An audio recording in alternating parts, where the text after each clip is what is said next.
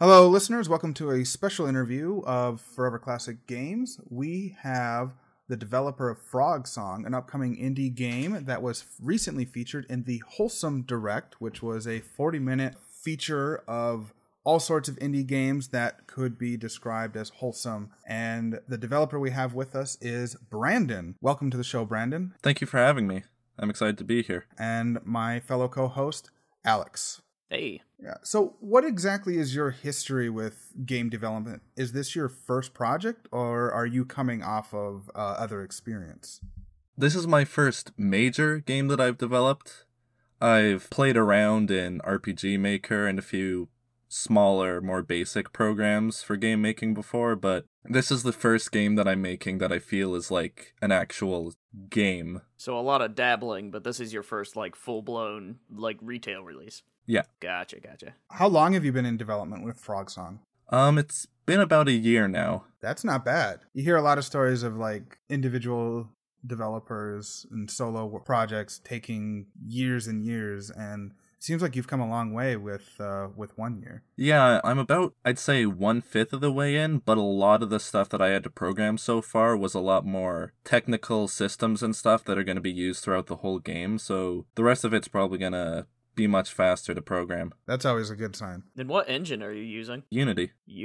I hear a lot about Unity being really good for 2D animation and Unreal being really good for 3D, but of course we do see those kind of cross-populate. What's your experience with working specifically in Unity then? It's been really good so far. One thing I really like about Unity is because it's so popular, there's a lot of tutorials and stuff online, which has been very helpful for my first big game. Basically, if there's something you don't know, a quick Google search will usually get it for you. Or, like you mentioned before we started recording, there's the Wholesome Discord, and I'm sure other communities you interact with. Yeah, the Wholesome Games Discord group, there's so many people in there who are really good at programming, who've been doing this stuff for years, and it's been a really valuable resource for me to have to talk to those guys and get help every once in a while when I need it. Very cool. So in a lot of ways, it sounds like while you're definitely the person working on it, it is a community-driven project as you've sought resources and things that you may not have known about or needed help with. Yeah, they're definitely, the whole idea of a solo developer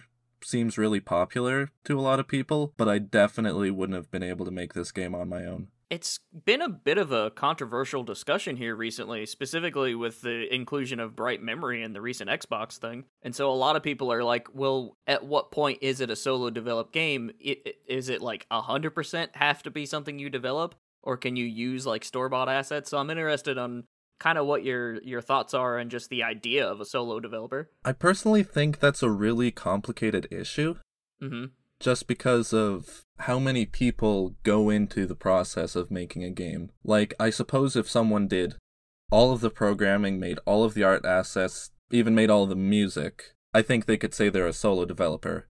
But most people aren't able to do all of that. Yeah, some people have too much talent. Yeah. I feel like we've run into it at least a couple times. If I'm not mistaken, both Axiom Verge and Songbringer were 100% solo dev, but that's not a thought I would take to the bank without at least Googling some things. So, what would be your quick pitch of Frogsong? So, Frogsong is, it's a game where you play as a frog. Basically, this little frog named Chorus has gotten tired of their boring life and wants to lead a more exciting life, protecting people from monsters around the world. It's got a very heartfelt story that deals with a lot of themes about reaching for your achievements and figuring out who you are as a person that I think will really resonate with a lot of people. What would you say the gameplay feel would be like? The gameplay is a lot like classic RPGs. I think I haven't honestly played very many of them, but there's a lot of exploration and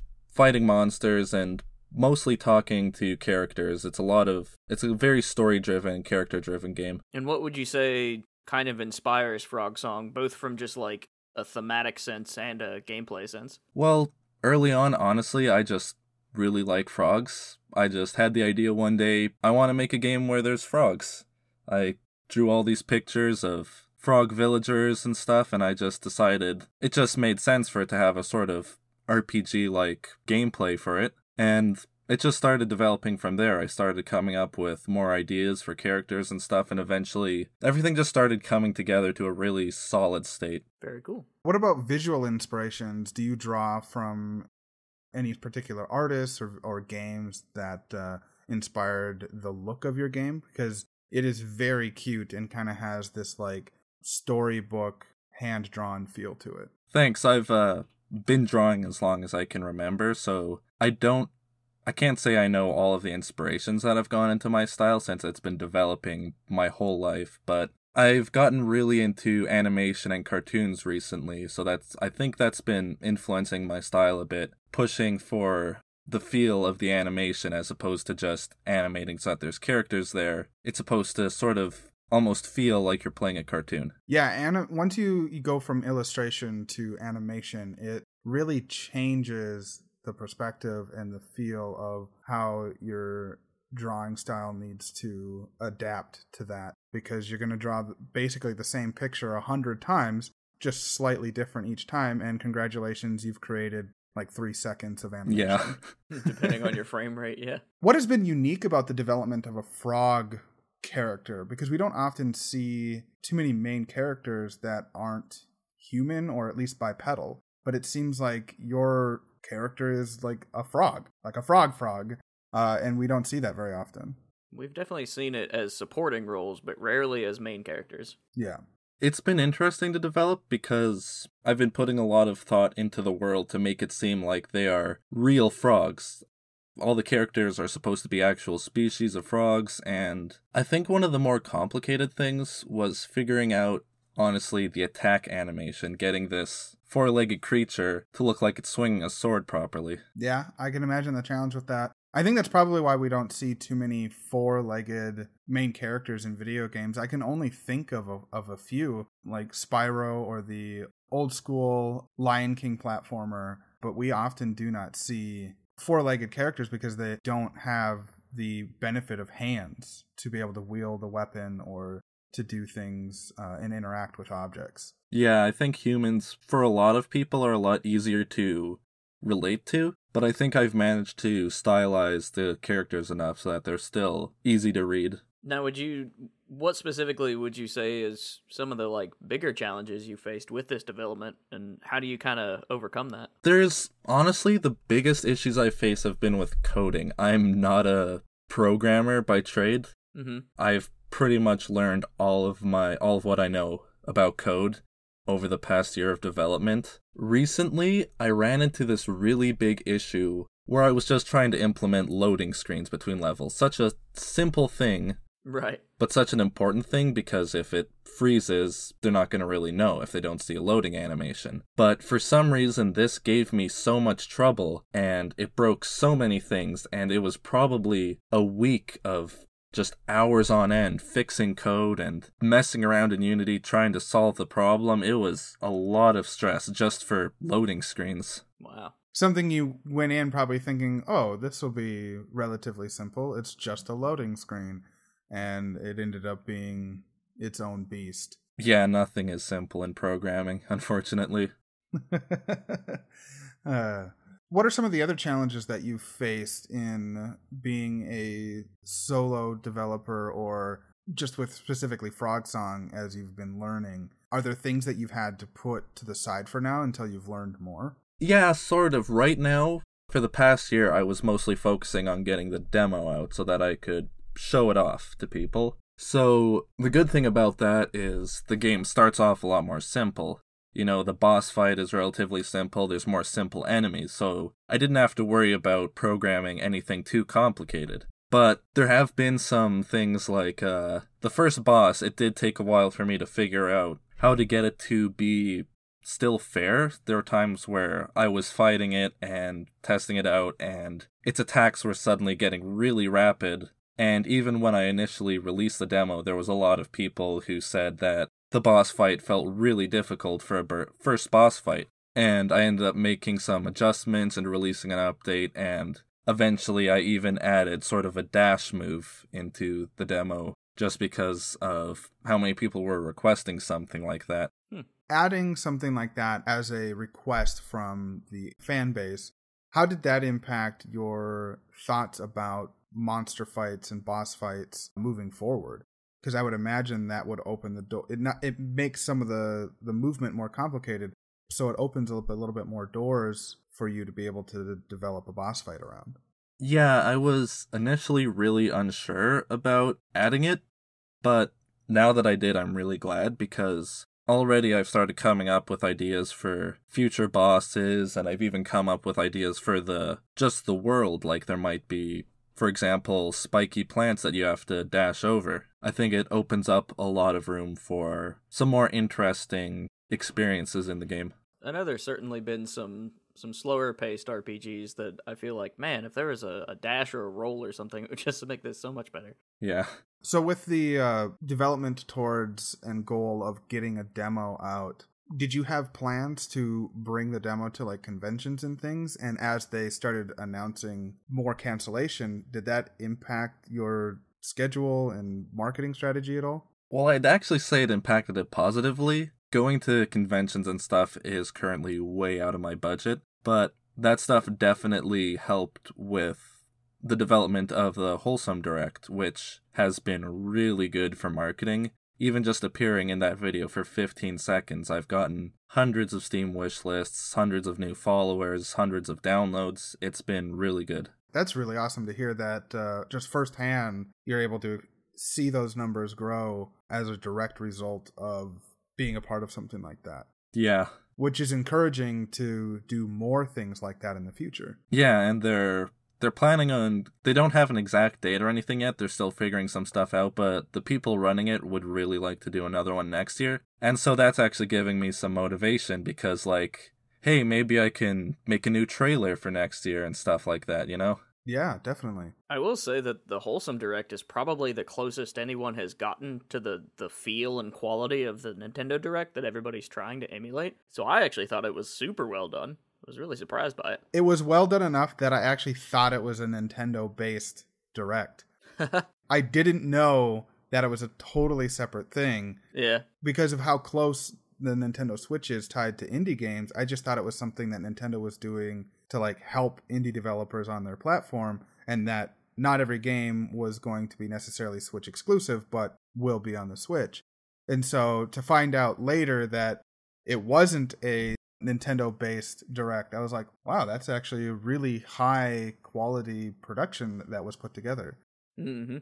Yeah, the quality was amazing. I've been in the Discord server for the Wholesome Games community for a year now, and so I know the people who set it up pretty well, and it's actually so amazing to see what they've done and what they've accomplished. Like, when I originally applied, everyone thought it was going to be a smaller event. Even when they launched, they thought there was going to be, like, maybe 500 people viewing, and then over 9,000 people showed up live. Wow, that is way over expectations. Yeah. Now, was this something that they were planning before the virus stuff hit? There were some ideas tossed around before on. Okay.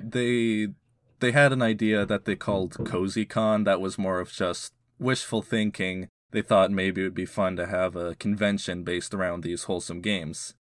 That's really cool. And then everything hit, and so many events were going online, and then suddenly they realized, hey, we can actually do this. Well, I think the timing of it was really good too, because considering the immense success of Animal Crossing, it's been about 3 months, and I think people are looking for more experiences that are cozy and wholesome, because they've realized that that's something they need right now, as they are unsure what the future holds right now. Yeah, the world definitely needs a bit of positivity right now. The concept of like a cozy or a wholesome game is really interesting to me, because I've definitely seen that increase in just the amount of games that kind of fall into that genre or category. And it seems like there's a lot of different like smaller groups getting together for things like PAX that kind of fall into that. And so because now that we've been like this for a while now, we've kind of hit like the ceiling for a lot of graphical improvements. And so style has always been kind of what trumps over those improvements in the long run, which is why I'm so fascinated by games like Frogsong, because 30 years down the road, it's still relevant based on its art style. Yeah, I've always preferred more stylized games. I've never been one for the more serious, gritty games, which tend to have hyper-realistic styles. Mm-hmm. I've always preferred, like, Nintendo and some of the more stylized indie games out there, and they definitely age a lot better. Like, for example, Kirby's Adventure still looks awesome. Oh, yeah. Meanwhile, something for the PlayStation or something that's trying to look realistic just looks ugly now. Mm-hmm. That's why Resident Evil, the original, gets remade every 5 or 6 years. Yeah. Well, even games that came out even like 3 years ago are already looking dated because they went for realism. Whether or not they're still good games is a totally separate issue, but it's a matter of they've already leaped past that level of realism in only a couple of years, and it like comparatively looks dated. Whereas a game that came out the same year but had more stylized still looks stylized. Yeah. What is some advice that you would give to other aspiring indie developers out there or students that are looking into maybe becoming game designers? Definitely do a lot of research.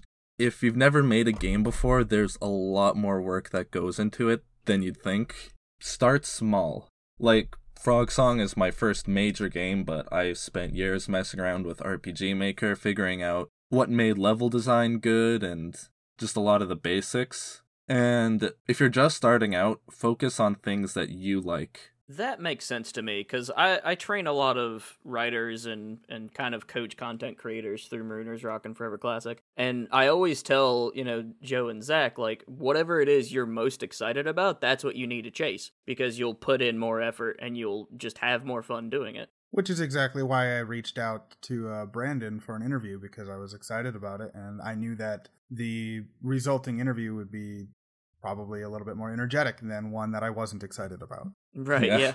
No, that's really great advice. And also, if you're able to turn something you're already interested in into a consistent project without burning out on it, people will see and feel that passion throughout it. Caring about something does a lot for the overall quality of the experience. I guess my question is, are you doing this game design part-time with like another job? Or are you a student? I'm actually a college student right now, but Gotcha. with the whole events right now, I'm not really able to find a job, which is both a blessing and a curse. Yeah. I've got a lot of free time to develop Frogsong, but money's been a little bit tight right now. Mm-hmm. I can imagine. Understandably. Well, to kind of shift things around, one of our favorite things to ask here at Forever Classic is to just kind of like, are you playing any video games right now, and are they any good? Like a lot of people right now, spending a lot of time playing Animal Crossing, and I think everyone knows it's really good.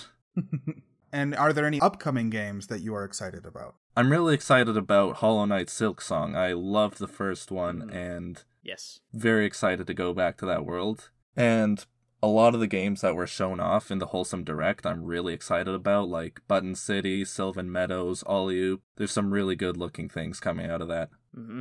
Yeah, that was that brought in a bunch of games to my knowledge that I hadn't heard of before. A couple of them I had, just because I'm in games journalism, so you just kind of get blips every now and then and hear about projects earlier than other people. Yeah, like I knew about Skateburb and Garden Story and I think 2 or 3 others. Yeah. Yeah, Spiritfarer, I think, was on there. But it was really cool to have an easy place, like just sitting down for 40 minutes and just being presented a bunch of games was really fun, which I think is part of why I enjoy watching the Nintendo Directs too, is because it's a easy way to get a lot of information about things that are coming soon. Rather than having to hunt them all down individually myself, I'm bound to miss some of them.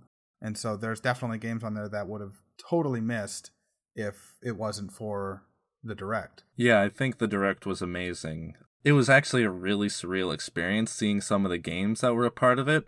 Like, when I first applied, I thought it was just going to be a few of the people in the Discord. All of us showing off our games to maybe like 50 people. Wouldn't be anything big, but it'll be fun. And then I see names like Ooblets and Spiritfarer and Chicory, and I'm like, are you sure you also meant to include me?